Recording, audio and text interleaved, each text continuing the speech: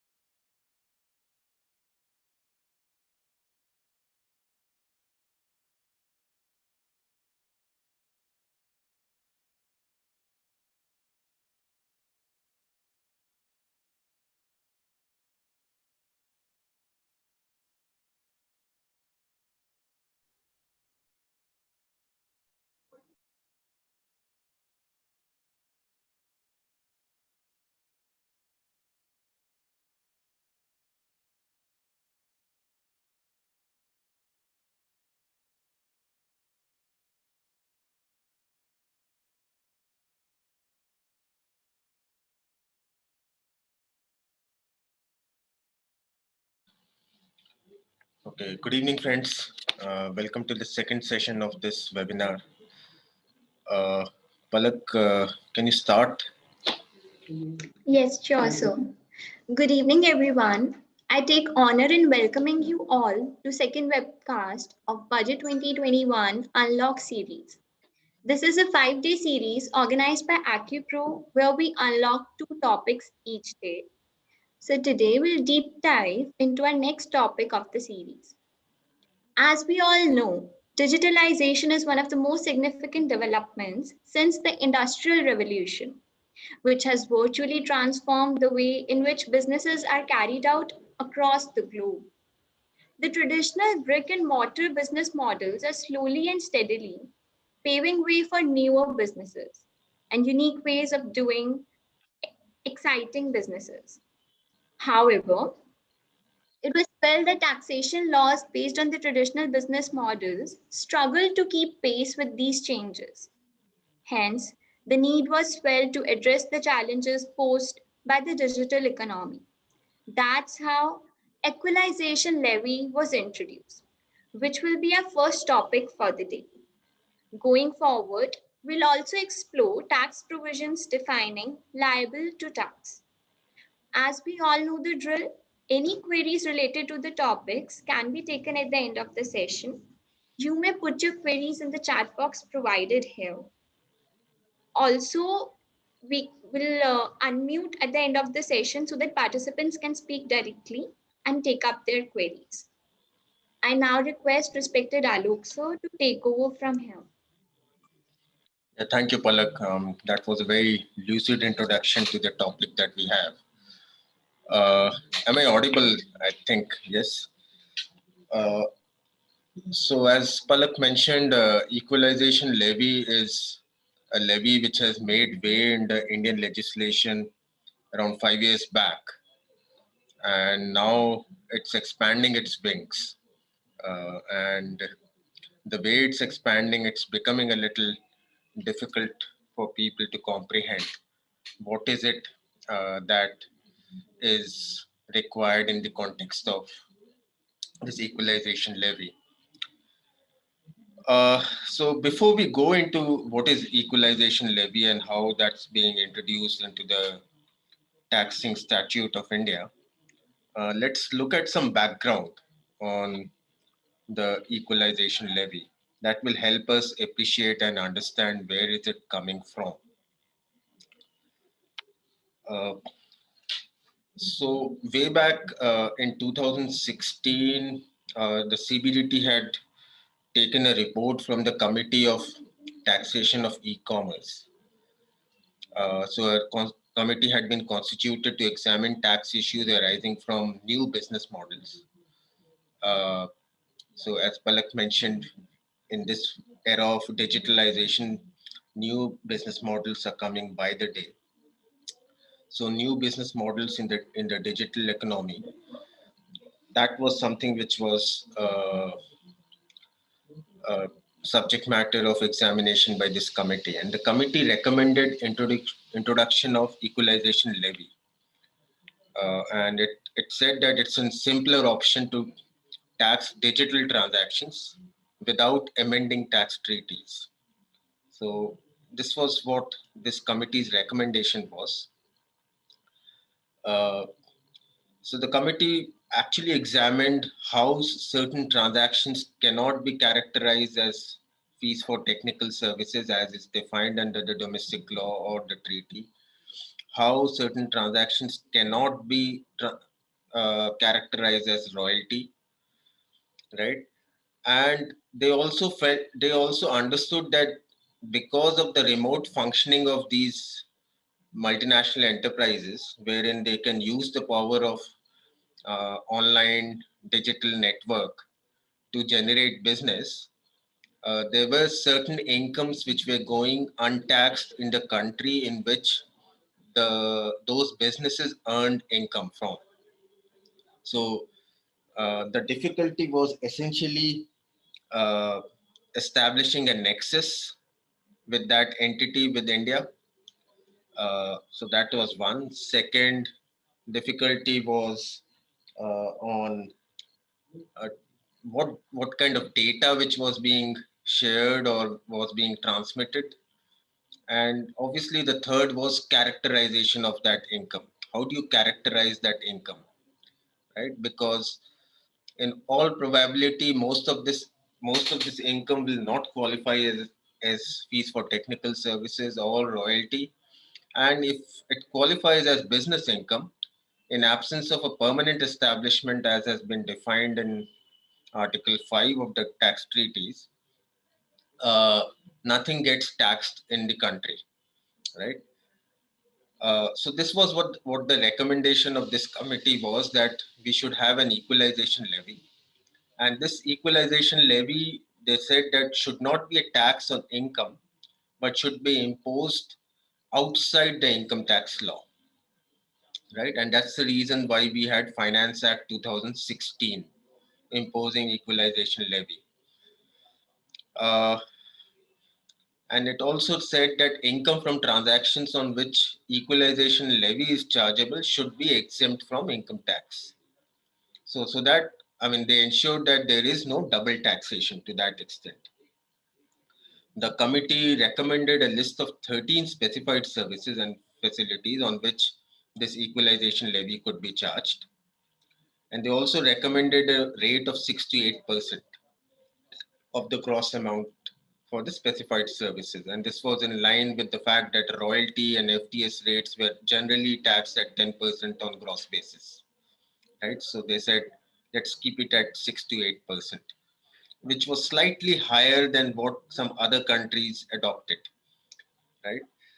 So there were some countries who adopted a digital tax, right? Like in France, they adopted a digital tax, which was roughly 2%, 2 or 3%. Uh, and they also said that, okay, we want to only tax entities which deal on a business to business basis. So they gave a threshold exemption of 100,000 rupees, which is 1 lakh rupees. And the intention was that this will keep most business to consumer transactions out of the net. And so only business transactions will get covered in this. So pursuant to this, India had introduced equalization levy initially at the rate of 6%, and it had only included within the ambit these three services, all related to online advertisements or digital advertisements. So online advertisements, any provision for digital advertising space, any other facility or service for the purpose of online advertisement. And and what was mentioned was that compliance obligation was on the payer resident in India and not on the service provider or the person who's providing online advertisement services. So to that extent, it was easy to administer because the Indian tax authorities had a jurisdiction of on the payers in India, and they could actually go after them and tell them to comply with this regulation. So this was how this scheme was uh, I mean, initially brought out. It's also important to look at what was the international development on this. So electronic modes of transactions had blurred the geographical boundaries, and made difficult it made difficult to identify the physical place point where the particular activity in the chain of transaction takes place.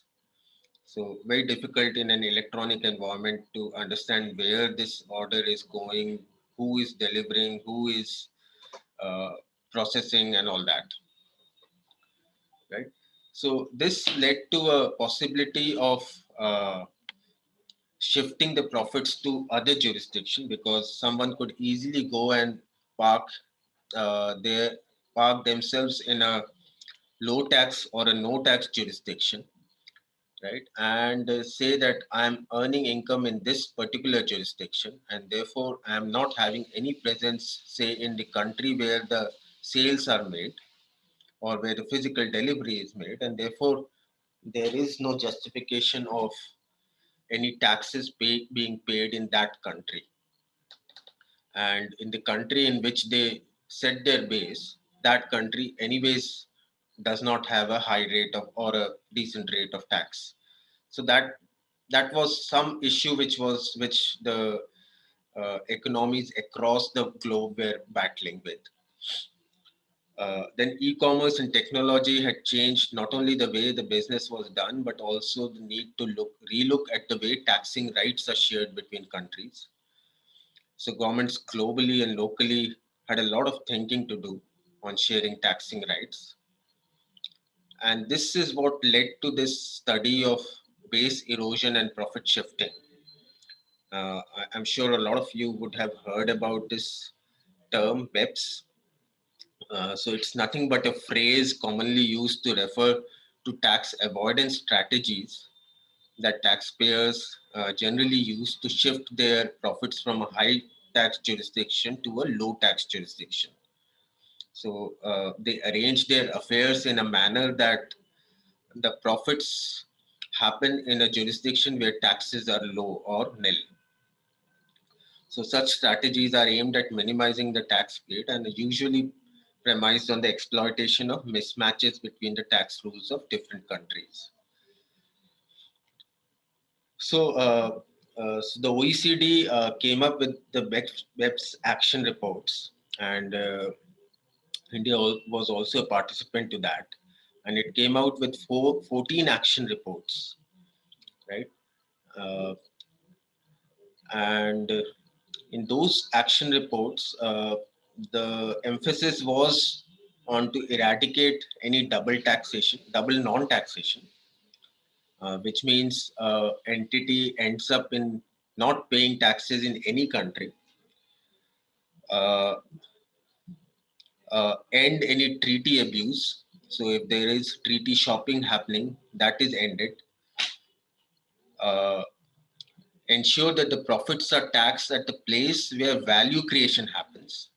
So these three things were important: that you eradicate any double non-taxation, ensure that profits are taxed at the place where value creation happens, you end treaty abuse, and to this extent, the report suggested a number of treaty-related amendments, as well as certain amendments in the domestic law of the countries who were part of this entire study.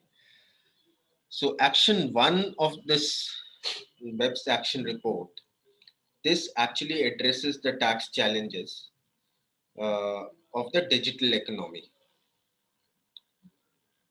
and it aims to identify and address the main challenges that the digital economy poses for the existing international tax rules. Uh, and it was realized that the present existing thresholds under the taxation policies are generally on physical presence basis. So, for example, if you have a PE definition, it says generally says that you should have a you will have a permanent establishment if you have a fixed place of business in a particular jurisdiction, say for 6 months or more, right? So the emphasis was on physical presence. Uh, but this action plan recognized that the growth of digital economy has led to many challenges when it comes to satisfying the physical presence criteria, and therefore a lot of income gets untaxed in a particular country where it should normally would have been taxed.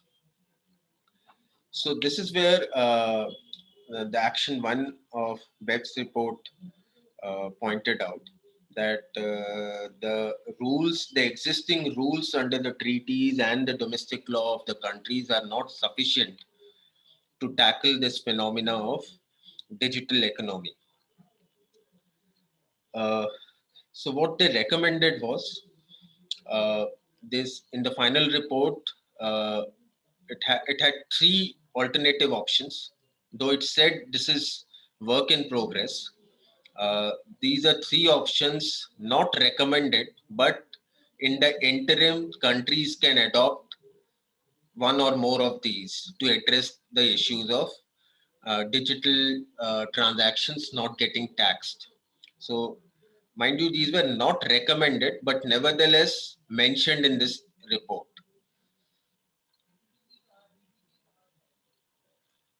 Right. So one of them was significant economic presence, and we know that this has been introduced by the Indian uh, government also.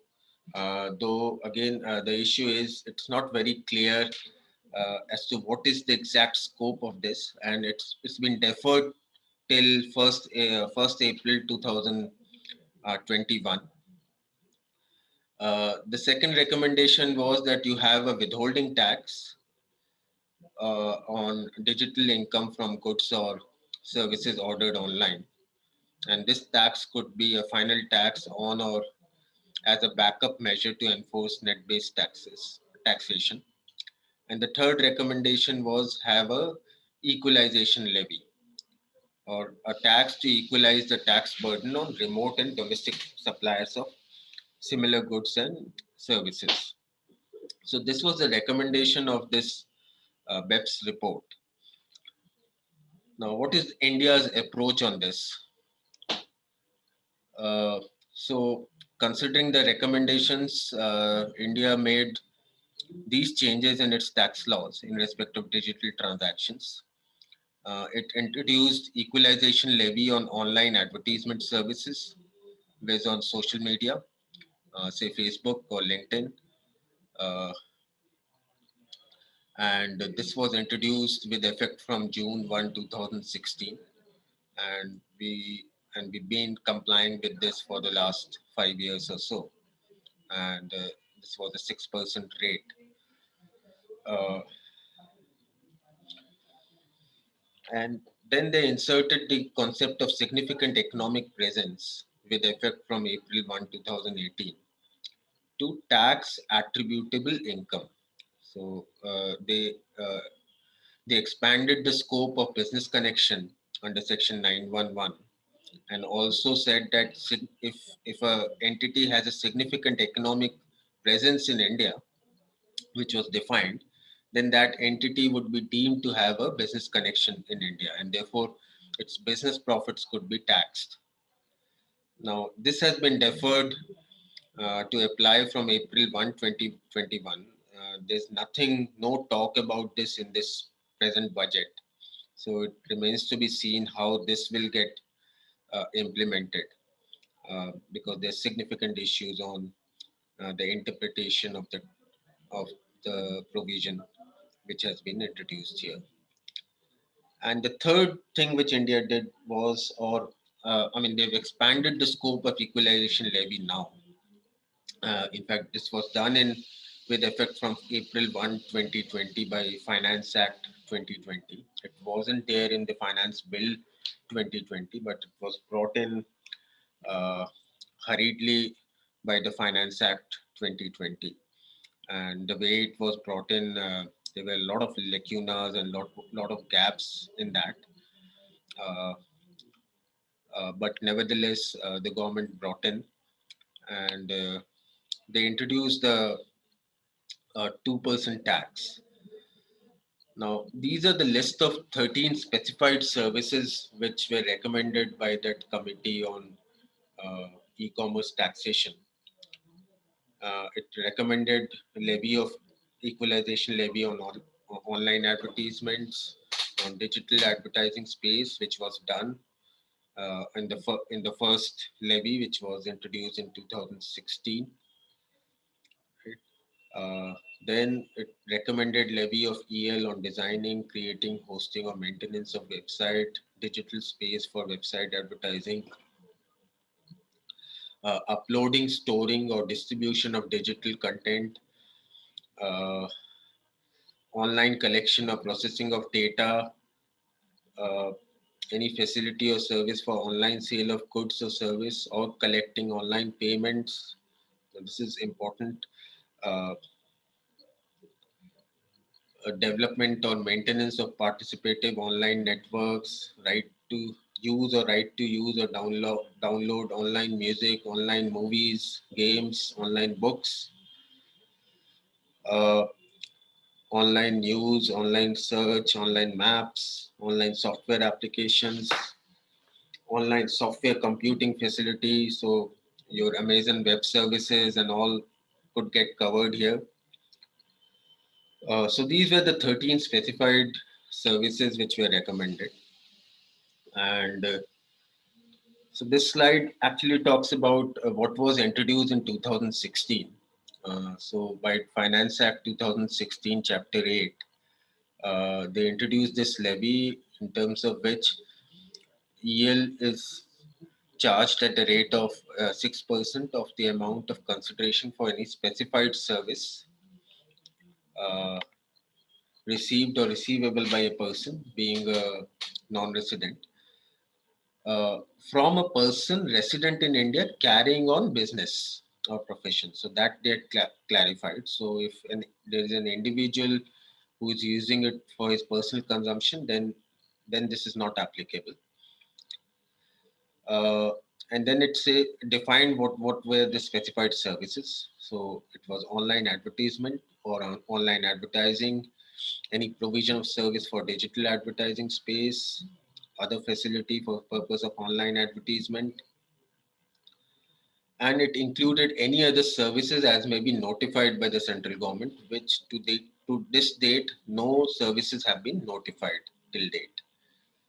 So this is essentially online advertising or digital advertising space.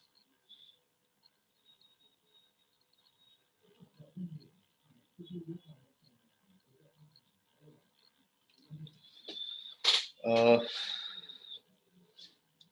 so online has been defined to mean facility or service or right or benefit or access that is obtained through the internet or any other form of digital or telecommunication network. Now, this definition is very important because this will be put to use in the other expanded category that we'll see later.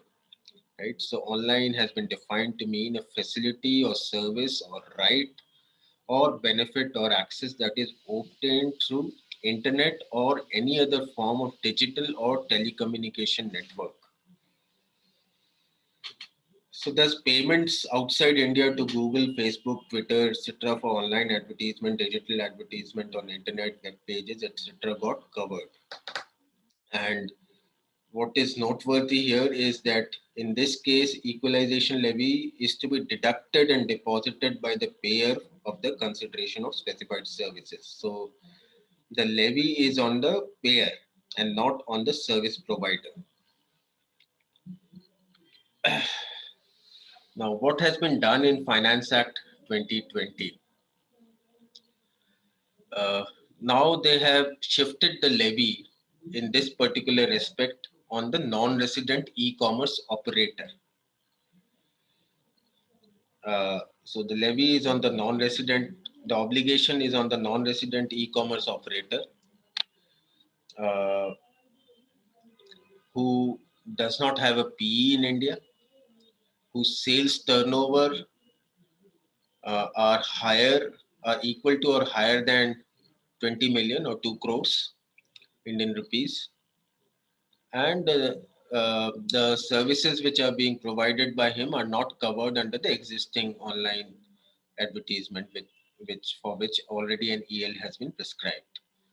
So the obligation is on such non-resident e-commerce operator.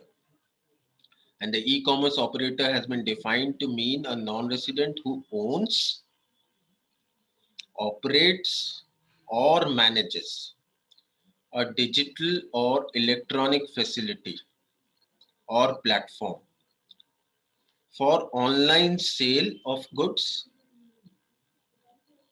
or online provision of services or both.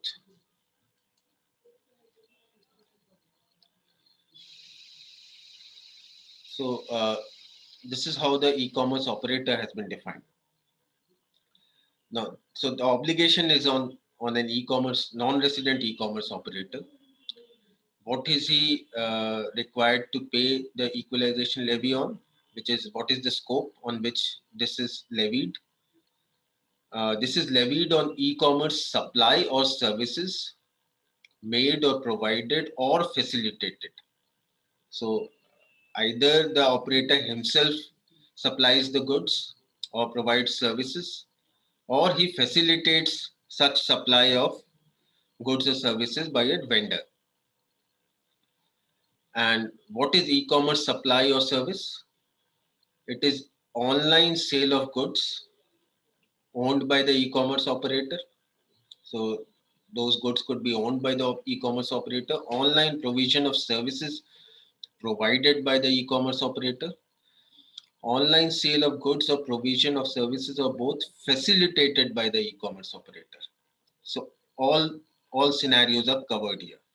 So it's not necessary that he should be owning the goods before the levy gets attached to him, right? Uh, and then online, we've seen the definition. Online means a facility or service or right or benefit or access that is obtained through the internet or any other form of digital or telecommunication network. And what is the rate? So we have seen whom the obligation is on, what's the scope, and the rate is 2%, and 2% of the consideration received or receivable from e-commerce supply or service. And e-commerce supply or service is mentioned here, right? Again, levy is not in the nature of income tax. Therefore, credit may not be subject. Credit of this may only be subject to domestic law of the home country. So this credit is not there under the treaty. But if the domestic law of that country allows a credit, so be it. So as such, there is no credit of this equalization levy under uh, the treaties. And because this is not an income, not in the nature of income tax, and it has been expressly clarified. Uh, Now, whom should this service be provided to? Right.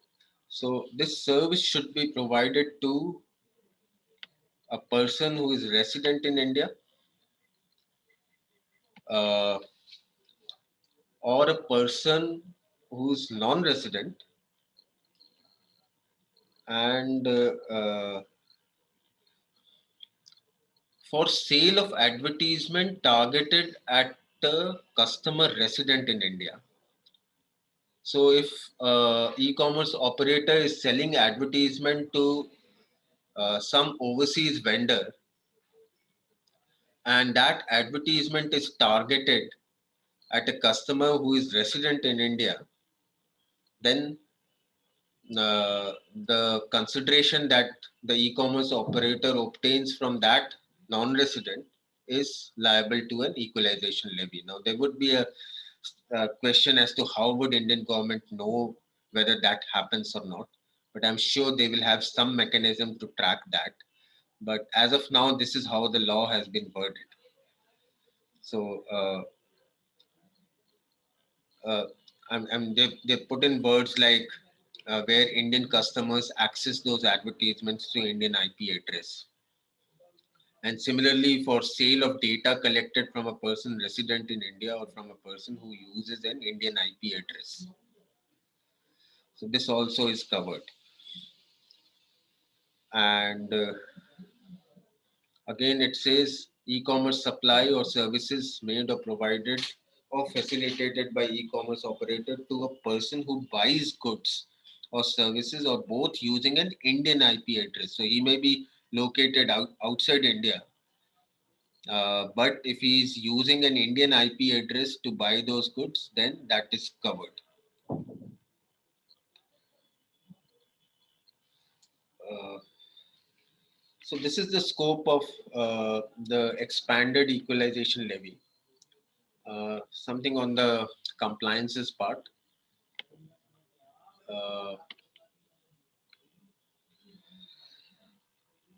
Uh, so one has to take a registration in India, which is essentially PAN. So one will have to take a PAN. There's something wrong with the stylus.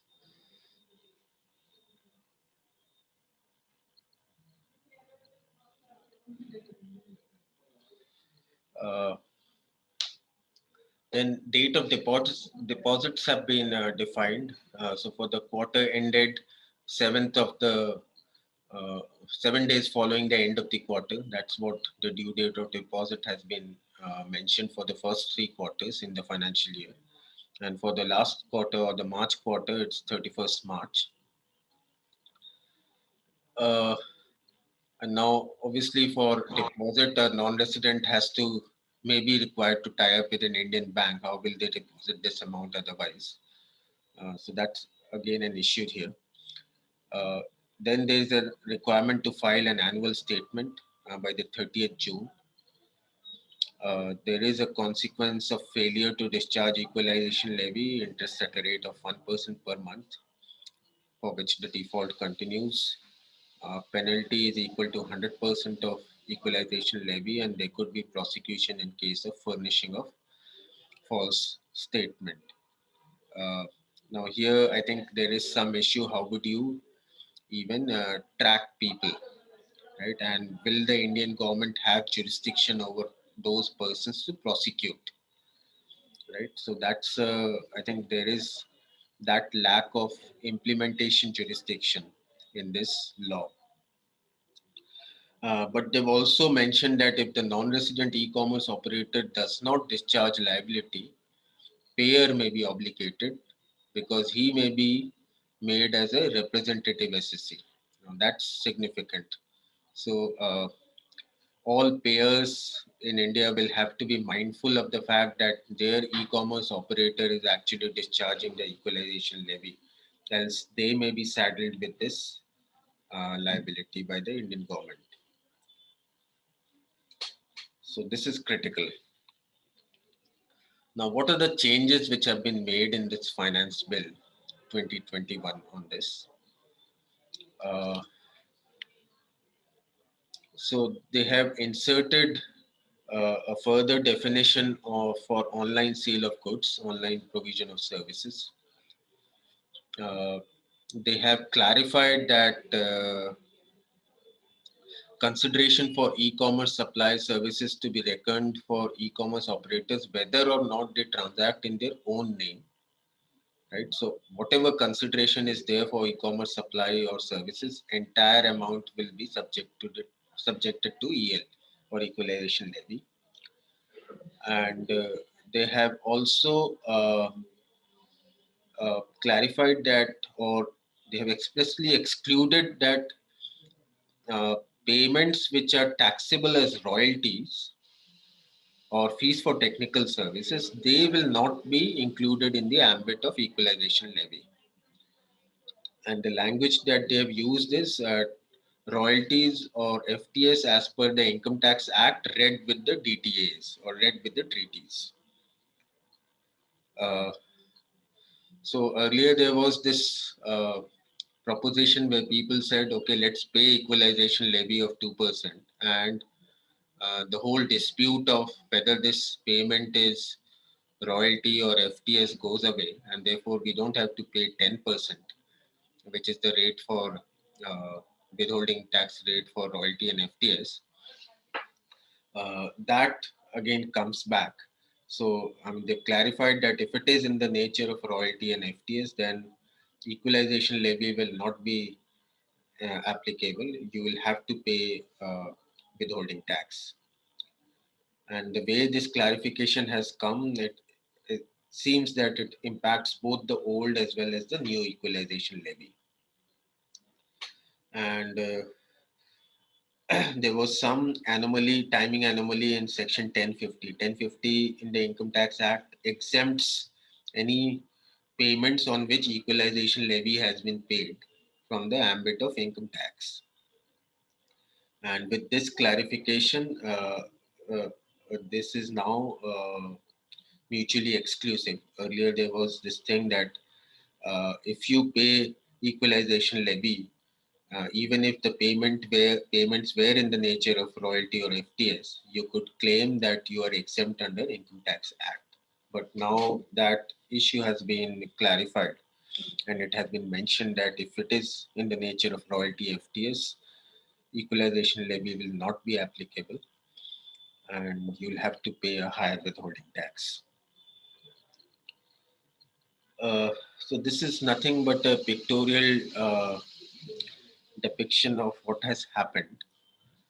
Uh, so we've seen that e-commerce supply or service means online sale of goods owned by the e-commerce operator, services provided by the e-commerce operator, or sale of goods or provision of services, or both facilitated by the e-commerce operator. So not necessarily that e-commerce operator on his own renders those services or sells those goods. If he is being used as a marketplace, still he has an obligation. And he has an obligation to deposit this EL on the entire consideration that he receives from these people. Uh, Now, what they have done is they had clarified this aspect which I discussed. Uh, so, supply or services which are not taxable as royalty or FTS under the Act, read with the DTA, uh, those are covered. Now, they have defined online supply or service to mean any of the one or more of the following, which means even if you accept online an offer for sale, that amounts to an online sale or service, online supply of service or goods. Even if you're placing a purchase order online, that is good enough. If you're accepting a purchase order, that's good enough. You're making an online payment of consideration, that's good enough. And if you're supplying goods or provision of services online or partly or wholly, that's also good enough. So, for example, you may uh, supply a music video, or you can render certain services online. That all is covered. Now, this is a significant change that they've done uh, without realizing that all transactions today are done online. I mean, even intra-group transactions within a group. So if there is a subsidiary in India and there is a parent overseas and the subsidiary is a distributor in India, so normally it will log in onto a parent's purchase order system and place an order for buying goods into India, right? And then those orders will get accepted at the parent level or at the regional procurement center. So the way this has been defined, it looks like that even intra-group transactions where public at large do not have access to those platforms, but those platforms are essentially for uh, group entities. They also potentially get covered in this, and so all those transactions will attract a 2% equalization levy now. And unfortunately this is a clarification, so probably one will have to relook as to what positions they have taken in the past year, which is 2021, and evaluate whether equalization levy was applicable or not, right? So this is a very significant change that they have done. uh, And I understand that I was listening to Kamlesh Vashne, the Joint Secretary in the TPL. He has mentioned that probably they'll look at this intra-group aspect again while passing the Finance Act or by making changes in the Finance Act. But as of now, the position stands that even intra-group transactions which are undertaken through the online mode will get covered here. And I think uh, he's also gone on record saying that equalization levy is an interim measure till the OECD comes out with their final recommendations as to what needs to be done for digital taxation, for digital economy, and there is consensus across the world as to how those transactions should be taxed. Uh, and that is precisely the reason that since nothing's moving at the OECD level on this, that India has introduced this in order to garner more tax resources. Uh,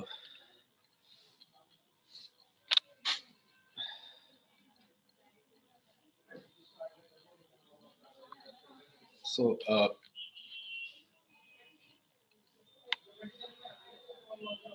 some issues that one would need to look at.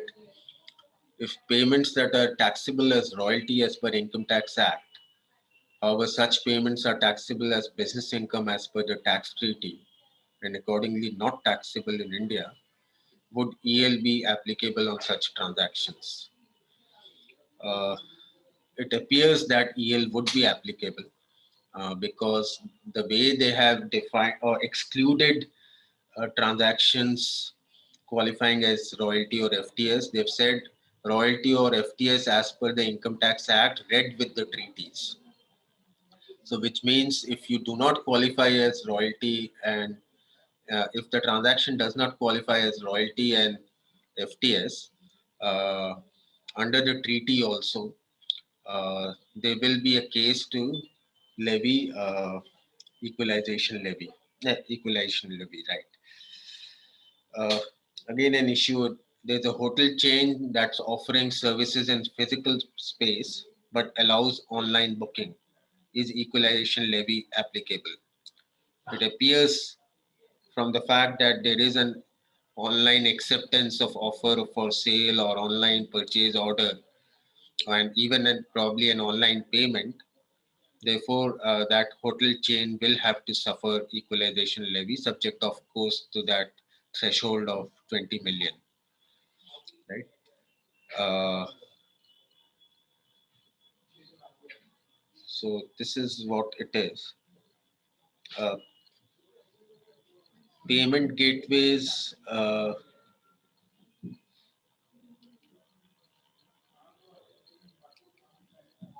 Payment gateways and payment aggregators that may be facilitating the online payment for an offline transaction.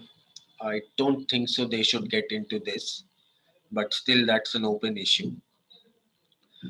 Purchase of goods from Amazon USA by a customer in India, yes, definitely that seems to get covered. Would online payments also cover bank transfers? So if I go and approach a banker to transfer some money for goods which were physically imported and with a bill of entry, will that also get covered? It looks unlikely, but I mean, the ambit is very wide. It says online payment of consideration. Now, whether that qualifies as an online payment or not remains to be seen. Uh, what about if I utilize goods or services outside India, though even though I buy it from India, it again looks like that those would also be covered because I would have used an Indian IP address for ordering those goods. Though it does not seem that the intention is to tax such kind of goods because in any case, I mean, you haven't got those goods in India. But as things stand as of now, it looks like equalization levy would be levied on that. What happens if there is an email confirmation for procuring goods or services? So if you accept an order by way of an email instead of doing an online acceptance, so the definition is quite wide. It says using any telecom network also. So email is all on telecom network. So as I mentioned, practically everything, any transaction that you do with overseas seems to get covered under this, subject obviously to this 20 million threshold, but which I think uh, would, I mean, most of the exporters from outside India will meet that. Uh, so this is huge, and as of now, we understand there is very little compliance. People are still waiting for more clarifications on this. And since this is a tax which is to be paid by e-commerce operator being a non-resident, who is a non-resident, the ability of the Indian government to go after them as of now seems restricted. but sooner or later it is expected that they will try and catch hold of the payers of such transaction. So it's important that one relooks at what positions they have taken as regards equalization levy is concerned. So this was the first topic. I mean, I'm sure there will be many questions around it, but we will take them after this. I'll take another 15 minutes to complete this second topic. I've already exceeded my time limit, but just 15 minutes for this liable to tax, and then we can take the questions. Uh, so liable to tax is a definition which they introduced in this budget. They've introduced clause 229A in the definition section of the Income Tax Act. So just to get an understanding, let's look at the background. If you remember in last year's budget, there was a new section, section 6(1)(a), which was introduced. And the section said that an individual shall be deemed to be a resident in India if that individual is an Indian citizen, if that individual has total income exceeding rupees 15 lakhs during the year, and this income is other than income from foreign sources. So which means if he's employed overseas, that income is not to be counted. This income is essentially income that he derives in India. And the third condition was he is not liable to tax in any other country or territory by reason of his domicile. So which means they used the expression stateless persons in the last year's memorandum to describe such individuals, which means persons who do not pay taxes in any country because they've arranged their affairs in such a manner that they end up paying no taxes in any country. So the third condition is so they tried to establish a nexus by saying that he should be a Indian citizen. That's how they've tried to establish a nexus. Then they have given a quantum or a quantitative criteria, which is again a first time in case of a definition of residence. And the third is they have said that if that person is not liable to tax in any other country by reason of his domicile, and domicile would mean a place where which a person treats as his permanent home, lives in or has substantial connection with, or residence, and residence would mean physical presence. So I mean, like 182 days or 183 days or 90 days or 120 days, that's the period of residence, physical presence. So or any other criteria of similar nature. So if these three conditions are met, then that individual would be deemed as a person resident in India and his status would be that of an NOR. So that had also been clarified last year in the Finance Act. And then they defined income from foreign sources means income which accrues or arises outside India, for example, salaries, except income derived from a business controlled in India or a profession set up in India. Uh, so this they had clarified that income from foreign sources would not include income which is derived from a business controlled in India or a profession which is set up in India. So if you're deriving any income from that is not a foreign source income. So essentially the idea was to tax these incomes because these incomes uh, did not suffer any taxation in India as well as did not suffer any taxation in those countries because those countries did not have a tax regime, so to say. So if you see, these persons otherwise were non-residents. And in case of non-residents, if they derive income from a business controlled in India or a profession set up in India, that income is not taxable in India. But in case of a not ordinarily resident, that income is taxable in India. So what they did, they first defined these persons as a resident and then they categorized them as a not ordinary resident and therefore achieved what they wanted, the objective of taxing such incomes into India. Now, there was this issue, they had used this expression liable to tax, but they had not defined it. Unlike they had defined income from foreign sources, they did not define liable to tax. So, and liable to tax has been considered by several courts, including the Supreme Court. Uh, and the Supreme Court has said that liable to taxation is not the same as pays tax. So it doesn't mean that you have to actually pay tax. The test of liability for taxation is not to be determined on the basis of any exemption granted in respect of any particular source of income, but by taking into account the totality of the provisions of the income tax law that prevail in either of the contracting states. Merely because at a given time there may be an exemption from income tax in respect of any particular head of income, it cannot be contended that the taxable entity is not liable to taxation. So liability to taxation is a legal situation. Payment of tax is a fiscal fact. So that's a fact that you do, but liability to tax is a legal situation. That's what the Supreme Court said. And what is relevant is the legal situation and not the fact that you actually paid taxes there. So this is what the Supreme Court said.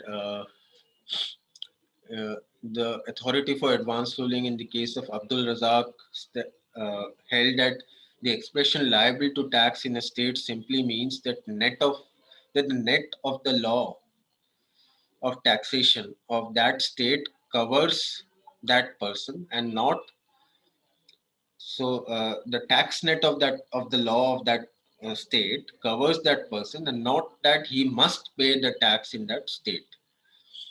So it is thus clear that liable to tax connotes that a person is subject to one of the taxes mentioned in Article 2 of the treaty.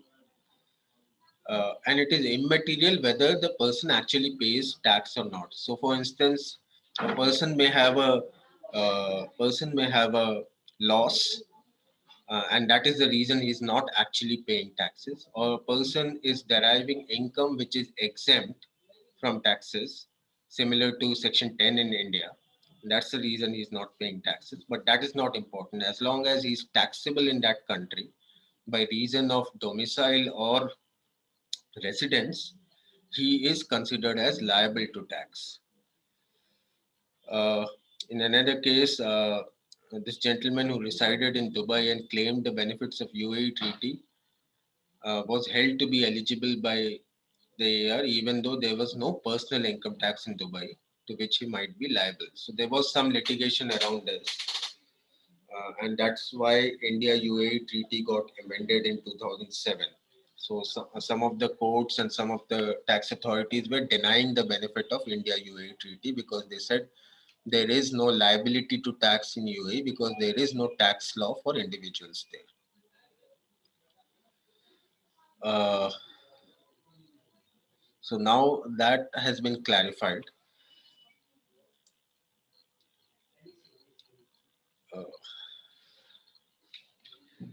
Now, if you look at the definition clause of the DTAs, most of the DTAs will have this Article 3(2), which says that as regards the application of the agreement by a contracting state, any term not defined therein shall, unless the context otherwise requires, have the meaning which it has under the laws of the state concerning the taxes to which the agreement applies.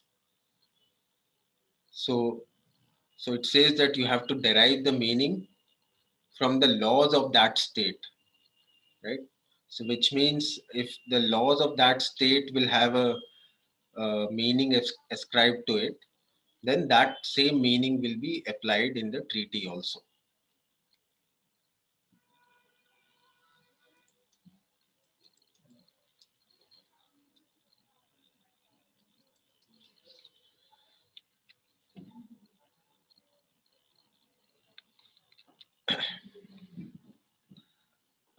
And then soon after this amendment in section 6(1)(a), there was a CBDT clarification. And it said that this section 6(1)(a) was introduced as an anti-abuse provision, since it is noticed that some Indian citizens shift their stay in low or no tax jurisdiction to avoid payment of tax in India. And the new provision is not intended to include in TaxNet those Indian citizens who are bona fide workers in other countries. So anyone deriving salaries in UAE from a UAE entity is not covered here. It has been clarified that in case an Indian citizen who becomes deemed resident of India under this proposed provision, income earned outside India by him shall not be taxed in India unless it is derived from a Indian business or profession.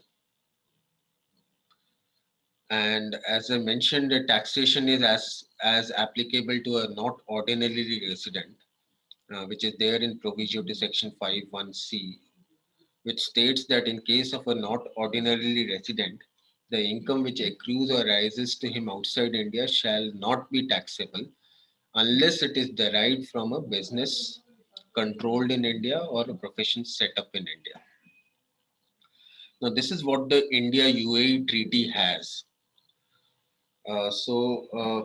If you would have seen the treaty, most of you would have seen that in most of the treaties, there is this first part which is there, which is clause A, which is there. Clause B is not there. Uh, so in clause A, it says in case of a contracting state, or here it's mentioned in case of India, any person who under the laws of India, so here because they have defined resident for India separately and for UAE separately, and the definition goes as this. In case of India, any person who under the laws of India is liable to tax therein by reason of his domicile, residence, place of management, or any other criteria of similar nature. So here again they've used the expression liable to tax. Uh, and in the case of UAE, they've said any individual who is present in the UAE. So they've not used the expression liable to tax in the case of UAE. It says in case of UAE, any individual who is present in the UAE for a period of periods totaling in aggregate of 183 days in the calendar year concerned. And in case of a company which is incorporated in the UAE and which is managed and controlled wholly in UAE, that is considered as a resident of UAE.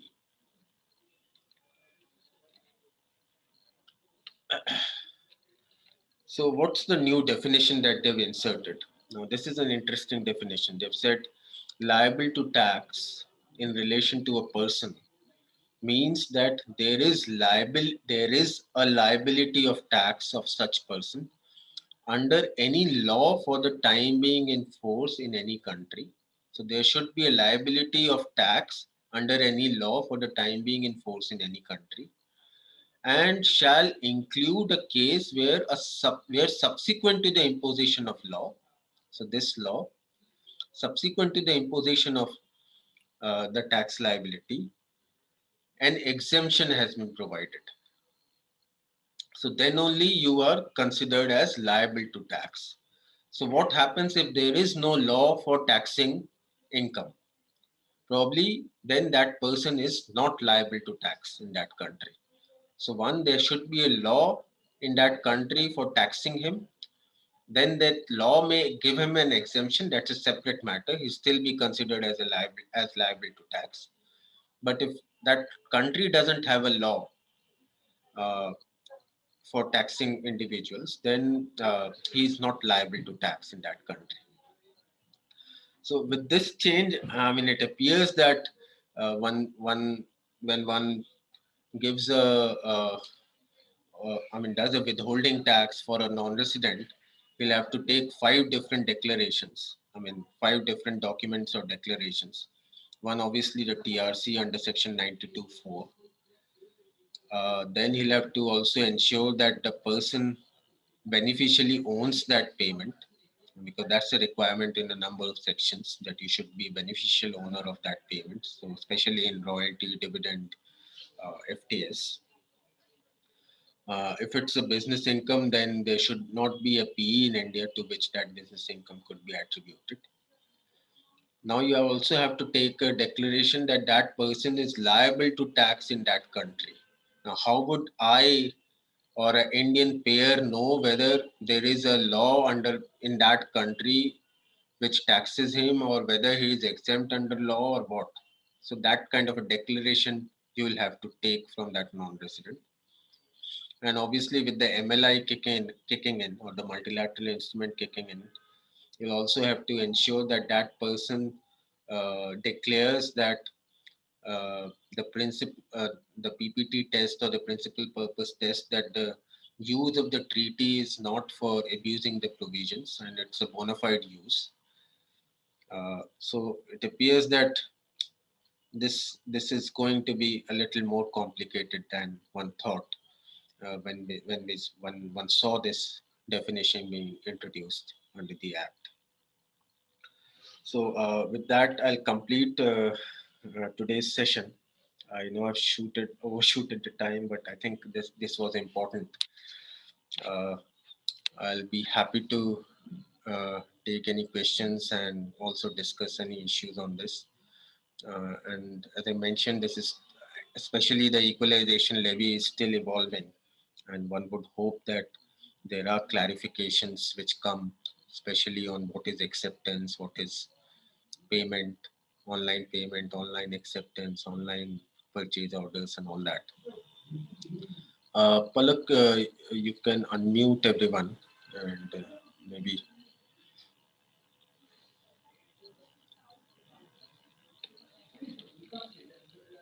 Hello. Yes, sir. I'm doing that.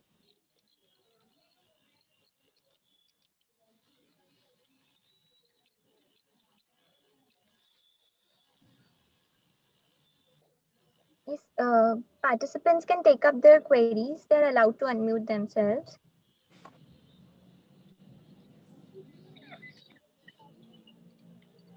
So, sir, we have one question from Mr. Brajesh Agarwal, and he wants to know if the non-residents are actually depositing the equalization levy. Yes, Brajesh, I know for sure that there are a few non-residents who are depositing it.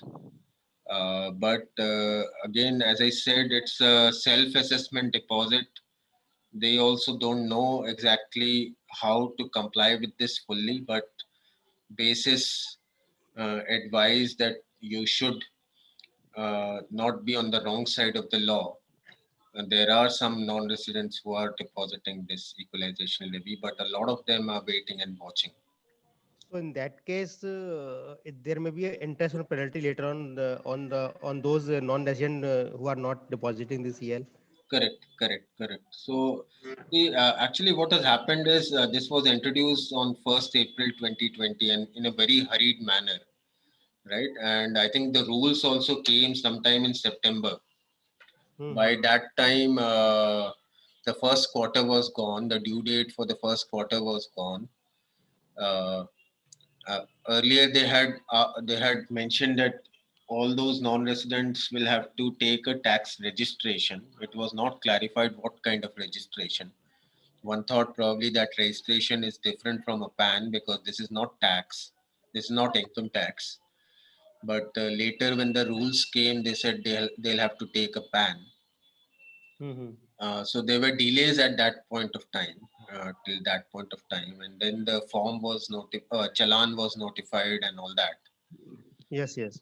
Yeah, so this is how things have happened on this front.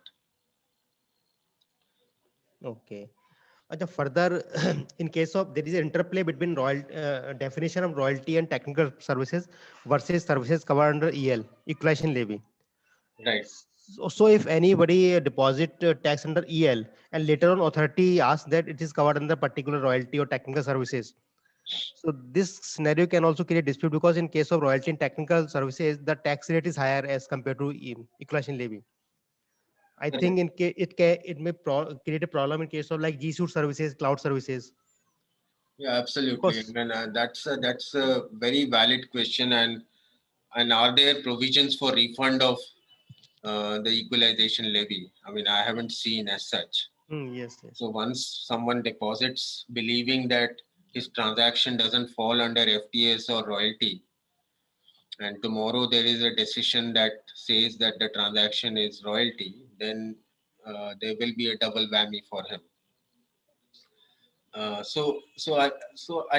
mean, very frankly, this law is not has not been fully thought through. It's been more. It appears that it's more like a pressure tactics yeah, on the OECD that you speed up your thing. Otherwise, we are starting this, yes. and that's what it appears from the statements from Kamlesh Varsne. Uh, Yeah. this definitely is an interim measure, but it's Mhm. creating a lot of confusion all around. Also, I think there is no mechanism for with the department to track the people who are ordering through using internet IP addresses from India. Yes, absolutely. I mean, that's again a very valid point that you've raised. I'm not sure how they will track Yes. and how they will come up with the thing as to who has defaulted, Yes. who is responsible for paying, and all that. I'm sure they would be working behind the scenes in some manner to capture that information. Yes. But it appears that as of now, I mean, one doesn't have too much of a visibility Mm-hmm. as to what they will be doing for this. Uh, it almost looks like जो आ गया वो अच्छा है, Ah, yes, yes, yes. right? And I mean, Alok whatever ji, we can even collect, let's collect. Alok ji, even if departments start tracking IP addresses of these buyers, right? So will Right. not that amount to entering into their personal space because there are so many other things are also linked to the IP address. It is not only the purchase but other things also. So is it not questionable?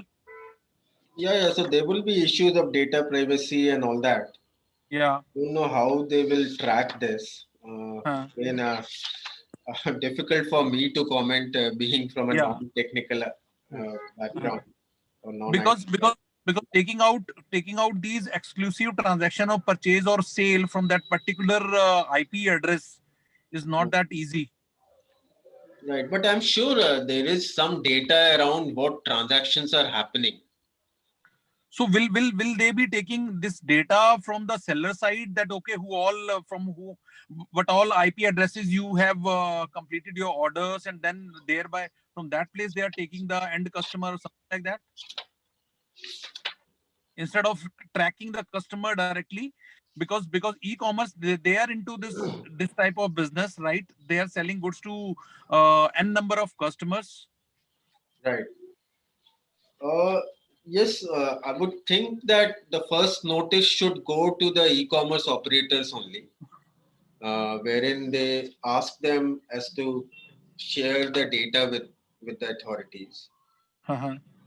Once they are unable to uh, come up with something substantial from them, then only Right. they look at the second alternative of tracking the Indian payers.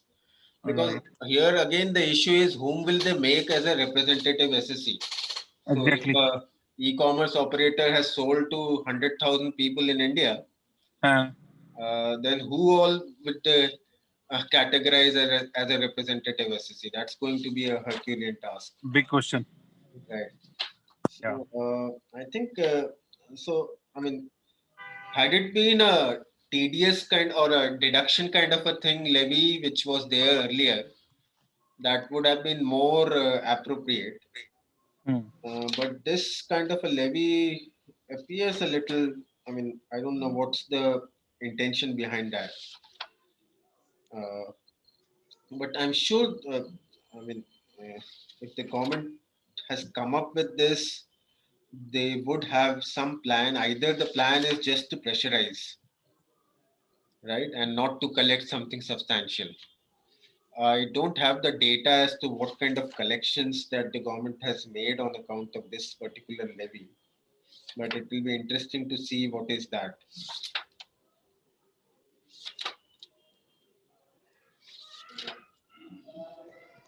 True. So,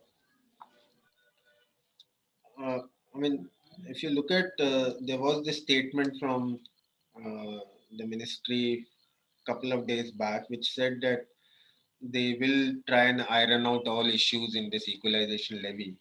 But that was more towards intra-group transactions and all that. And they've also said that we are waiting for the OECD to come up with its final recommendations. Until such time, this will be there.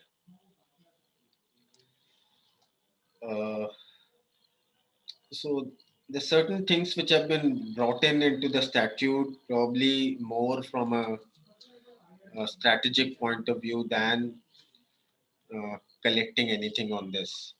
I mean, we've already seen there have been some reservations by some American companies on the levy of equalization levy last year, and even the U.S. government has objected to this. But India has still held ground on that. Uh, I mean, see, there is justification in levy of this. The question is, how do you levy? Uh, so, I mean, let me tell you, there is a concept of jurisdiction. I mean, there is a tax jurisdiction that you have, and jurisdiction is to impose and enforce a tax. Uh, and if you look at international law recognizes three kinds of jurisdictions. Uh, One could be prescriptive jurisdiction, which is power to make rules, issue commands, or grant authorizations that are binding upon persons, which obviously the Indian legislature will have, provided it establishes a nexus. And here they have done that nexus establishing by saying that the sales are made to Indian residents and all that, or Indian IP is being used and all that. The second is adjudicative jurisdiction, so which means the power of the country's court to resolve disputes. That's the second jurisdiction. And the third is enforcement jurisdiction. And I think what is lacking here is enforcement jurisdiction.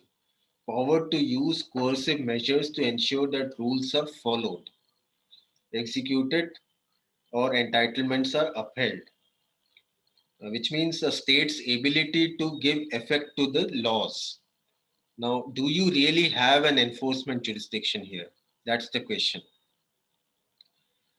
Uh, but I mean, there are laws which are made. I mean, what has happened is this was introduced on 1st April 2020. Then the COVID set in, and then people were all busy with the other things and all.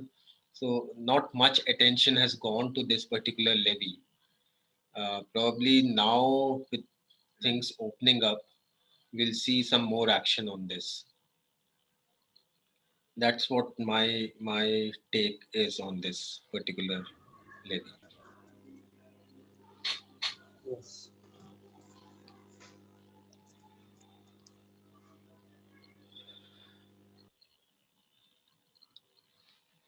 So thank you very much for being present again today. Uh, we will have another very interesting topic tomorrow.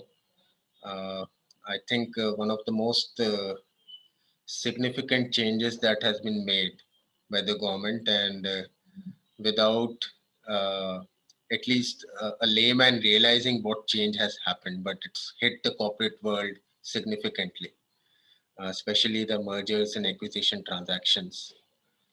So we'll look at those aspects tomorrow. So this is denial of depreciation on goodwill and certain restructuring in a partnership firm, which has been wherein certain leakages have been plugged. So we'll look at that, and I look forward to having you all tomorrow at the same time. Thank you very much.